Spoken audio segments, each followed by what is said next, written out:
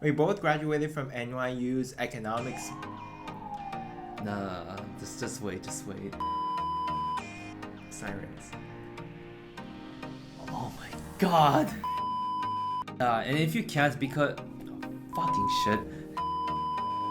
Hey everyone! Hello, my name is Sam. I recently graduated from a Chinese school called NYU. Hey everyone. everyone! I'm Kevin. Now I'm Sam. We both graduated from NYU's College of Arts and Sciences with a Bachelor's of Arts in Economics. That's right. And today, we're here to talk about more about it. Especially with our experiences in courses, course registration, our personal experiences, and some tips and tricks that we could share. Yep, so stay tuned. For the courses, it ultimately depends on which track for the major of economics you're taking, whether it's policy or theory. We both took the policy track because it's way easier and the majority of students take the policy track. But like Kevin said, there are two paths, policy and theory. Everyone takes the policy path because it's the easier one, and there's a theory path which dives into the more theoretical aspects of economics.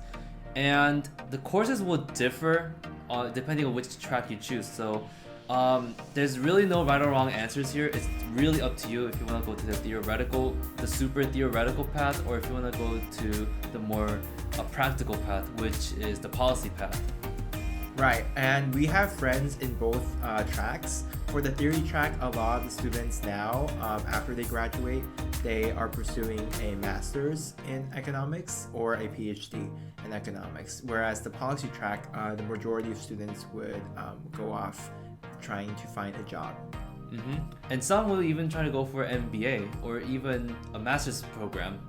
Because we both took policy track, we can talk to you more in detail about the policy path. So with every other economics majors kids, we all started off with the very basic courses, the core requirements, which are Introduction to Microeconomics and Introduction to Macroeconomics, as well as Math for Econ. So all of these three courses that Sam mentioned are all required. However, you could test out of Intro to Micro and Intro to Macro from AP Micro or AP Macro if you get a 4 or better on the AP test. However, there actually is a way to test out of Math for Econ 1. You have to talk to your advisor and you have to talk to the econ department to test out of Math for Econ 1. I actually know a friend who did that, so I was pretty angry when I found out that my friend did that, and I took Math for Econ 1 and I took calculus in high school. Math for Econ 1 shouldn't be too difficult, but Math for Econ 2 is a completely different story. It's a lot more difficult. Yep, very difficult. Throw in multivariable calculus, you have matrices, you have vectors, so many other very complex math. Right, and there's a lot of homework as well, weekly homework. So be sure to find a group to do homework with, and it will make your life so much easier and make the class much more enjoyable. It will make your economic course career a lot smoother. Finding friends is very important. It's not just general NYU, but especially in NYU Econ. And for the more intermediate classes, that's when policy and theory separates. So now you have the hardest class in all of economics. It's the intermediate microeconomics. No! Now for the intermediate classes, this is arguably the hardest class in all of economics. Intermediate microeconomics. Oh no. Oh my goodness. It brings back terrible memories, honestly. I have PTSD from that class. It is definitely one of those classes that you should take notes. You should probably study the hardest for that class because it is the most difficult class in the econ department, I would say. Definitely. Yeah, by most, like the majority of students would say so. Especially microeconomic analysis, if you take the theory track, good luck with that. That's where some of our friends dropped out of theory and went for the policy track instead, because microeconomic analysis is another level of difficult. It's kind of crazy. But intermediate macroeconomics, on the other hand, would be also very difficult, but better than intermediate micro from most of our friends, and most other people would say so too. Yep, I agree with that. Intermediate macro was better than intermediate micro, but I like to say intermediate micro, it's a make it or break it point for a lot of econ or potential econ majors. Some of my friends quit econ after taking intermediate micro because they realized how difficult econ will be, or how very theoretical and how mathematical it will be. So they dropped out of econ because of that. And some, they decided to go full force with it. After that class, you will need a series of electives that you get to choose. So you have 200 and 300 level classes. Those are all required for both the policy and the theory track. So you have a list of courses you can choose. So you should choose the most enjoyable classes, the classes that you find the most interesting. They're all fairly similar in terms of difficulty. Except for 200s. 200s are very straightforward. It'll be one of the easiest econ classes you'll take. One of my 200 econ courses, I didn't show up to some of the classes, and I still got an A in that class. Nice. Sorry, mom and dad. Yeah, 200 level courses are fairly simple. However, when you get to the 300 level classes, this is when it gets hard again. But personally, I wouldn't say it's harder than intermediate micro. What did you think? Me? I second that. I personally found 300 level courses easier than intermediate micro because there's some 300 level courses that I took.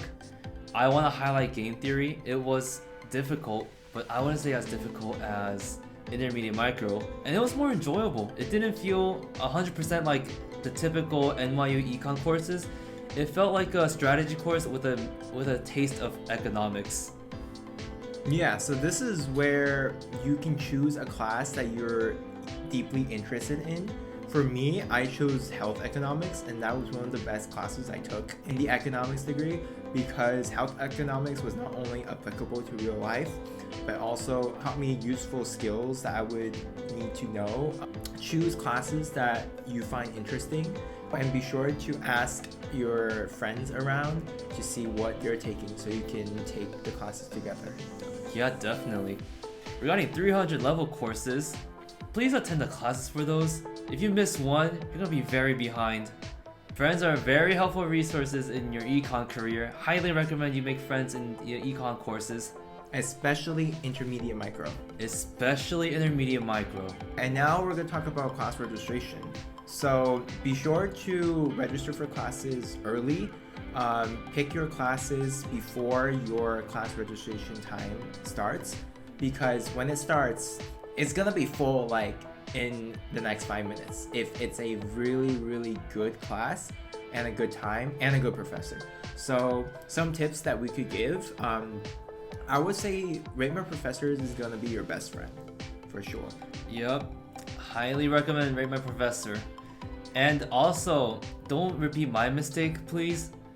Actually read the reviews. Don't look at the numbers. Carefully read the reviews on how difficult the class will be or how difficult the professor will be, because that will get you somewhere. It will actually save you a lot of time and energy you spend in your econ courses. And also, this video is not sponsored by Coursical, but huge shout out to Coursical, because that also helped me snipe some classes, because there were some classes that were closed and they were filled by the time it was my turn to register. And I used Coursical to basically keep track of those waitlisted or closed classes, and that's how I was able to snipe the class and get into it. So make sure to have backup options available in your shopping cart. And backups of backups. Yeah, so you can snipe the class when it becomes available, and make sure to choose the professor wisely, because I would say based on personal experience, choosing a better professor is more important than choosing a better time, because I would rather take a good professor at 8 a.m. than a bad professor at like 3 p.m. So definitely look at professors and then choose the time. Definitely. And you really don't want to be stuck with the bad professor at 8 a.m.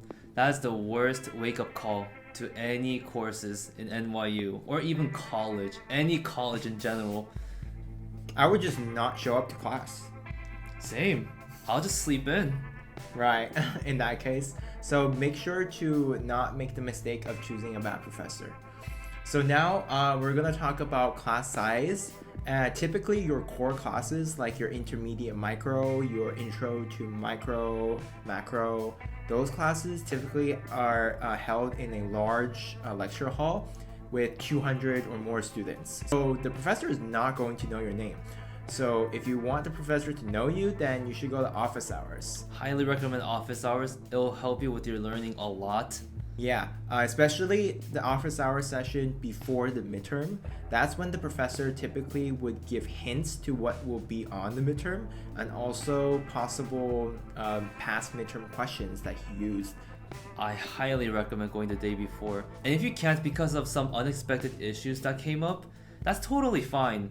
That's where friends come along. They'll provide you with resources and even catch you up on things you have missed in your office hours and any past midterm questions the professor hinted at. For the electives, especially the 300 level classes, typically class size would vary from as low as like 20 to probably around 80, I would say, but usually it's around 50. So that's when a lot of the classes will have mandatory attendance or participation. There's a lot of these classes are also participation based. So it's very similar to a Socratic seminar where a lot of students would just share their thoughts.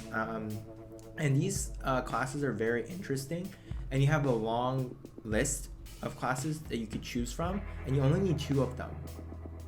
Yep, that's right. You only need 2. Unless you want to do 3, but that's overkill. But 2 is the bare minimum, so that should be perfectly fine.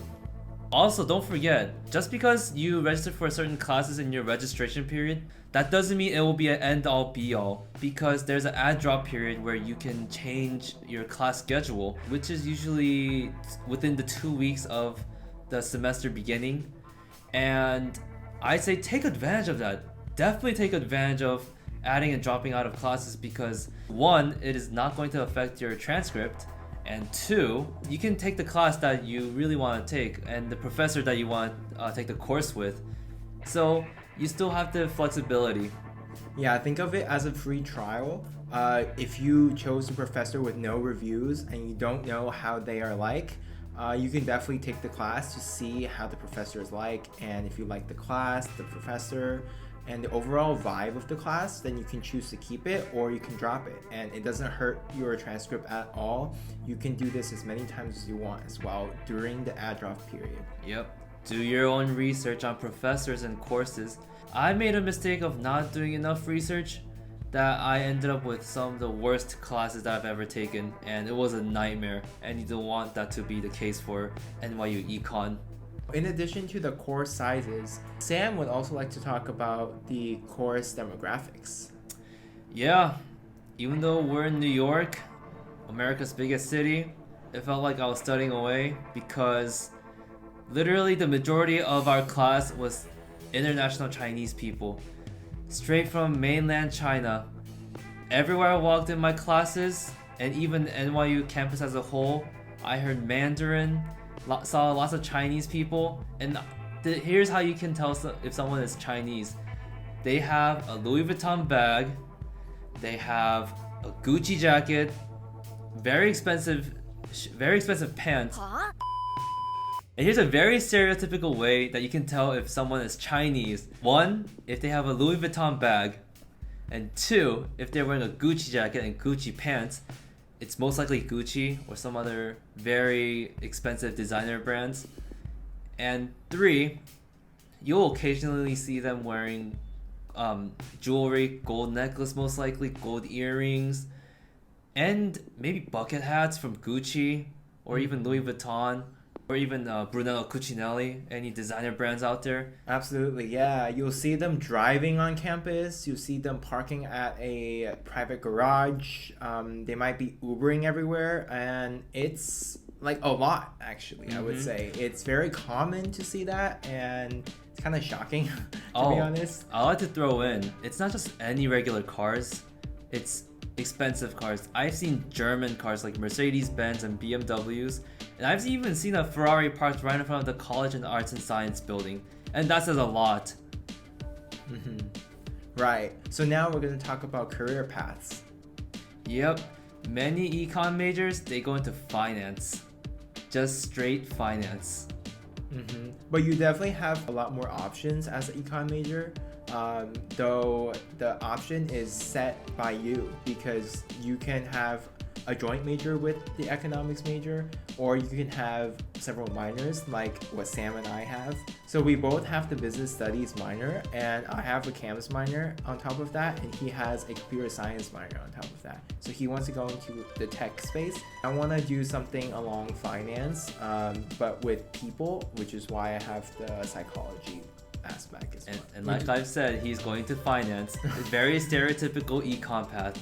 And something I like to throw in about the typical joint major or minor path, everyone in economics, I guarantee you, will have a business studies minor. That is to guarantee. And that's most likely because they got rejected from a Stern transfer, like Kevin and me. Yeah, so unfortunately we both didn't make the internal transfer, but we're still econ majors and business studies minors. And the business study minor is from CAS. The bare minimum is to take the core Stern requirements, which is usually accounting, finance, statistics for business. AP statistics doesn't apply to that course anymore, and some other required Stern classes. But I know some people that took even more advanced Stern courses. One of my friends, he took corporate finance, and he was an econ major with a business studies minor. Yeah, so you definitely have multiple options here. Typically, it's the core classes from Stern. Yep, that's right. In terms of career paths, make sure you network a lot during your 4 years here, because NYU economics program does not provide great networking opportunities. So we typically have to go to Stern events for those networking opportunities. That's right. Networking will be a very important asset for your college career. It will get you anywhere. It will get you somewhere for sure. Like, for example, on top of the Stern networking events, you should even join Stern clubs, because I joined EEG. Huge shout out to them, I still love the club. And some of my best friends are from this club too. That's how I was able to break into tech and learn more about startups. But also, you can join other Stern courses and learn more about finance or any other career path of your choice. So definitely take advantage of the Stern clubs. They will definitely get you somewhere when it comes to networking and even career opportunities. And definitely take advantage of networking events. They will get you very far. And now tips and tricks on how to survive NYU Econ. Make sure to not procrastinate. You do not want to be studying the night before for an exam, because a lot of these exams are very difficult and the averages are in the 40s sometimes. The professor would typically curve it to a passable grade, so not everyone would fail the class. So a 30%, for example, would probably be a C or a B in the class, depending on the curve and the average. So don't freak out if you got a 30% on the exam. I have gotten a 30% and I still passed the class. I have too. At the end of the day, the tests are meant to be hard so that they are really testing your knowledge. And also, regarding procrastinating, you're not going to remember anything if you study the day before. Study, I'd say a week before. Even a couple days is fine. Make sure when you're studying, do practice problems, past midterms if the professor gives them. Meet up with your friends to do practice problems. Do the practice problems the professor even provided. And go to office hours. That will be a huge key when it comes to midterm studying. Absolutely, yeah. Another tip I could give is make sure to choose classes that you genuinely enjoy. And this means the elective classes, not the ones that you're forced into taking, like intermediate micro, like none of us want to take that. Oh, yeah. But unfortunately, that's the prerequisite for many fun and enjoyable classes you could take in the 200s and 300 level courses. Some of them are harder than others, but for personal experience, I would say choose the ones that are very fun, even if it's hard. Because looking back, I don't remember what grade I got, but I remember what I learned, and it was very applicable to real life, and it was really enjoyable. And that's more important than a letter grade that you receive at the end of the year. So it really does not matter what grade you get, because a lot of the classes you take are not very important, but the ones that are, that you could choose, then make sure to choose ones that are very fun. Yep. I mean, I still stand by this, but even though a lot of econ courses, especially the theory track, is theoretical bullshit, I still recommend you taking classes that still sparks your interest.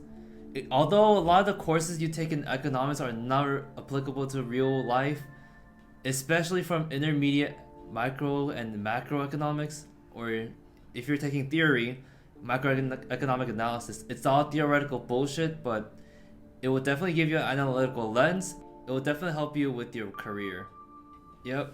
And another advice I have, make friends in the courses. It doesn't matter if you want to study alone, you need friends in the courses so that they can catch you up if you missed a class because of prior commitments, doctor's appointments, or any other unexpected circumstances. Yeah. And they can catch you up from office hours. Absolutely, yeah. Study groups, study buddies before the exam, very important. Do homework with them as well. This way you can check your work before submitting, because a lot of the times homework counts, and it is a huge portion of the grade that you could actually boost, because that should be the easy portion, whereas the exams would bring you down typically. So you want to gain as many points as possible for the homework category. That's right.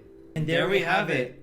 This is our journey, and this is what we shared for our experience at NYU College of Arts and Sciences in economics. Yeah, and if you want even more details or if you have even more questions, feel free to comment down below and we'll try to answer them. Oh, and subscribe to my channel. It's not Kangster.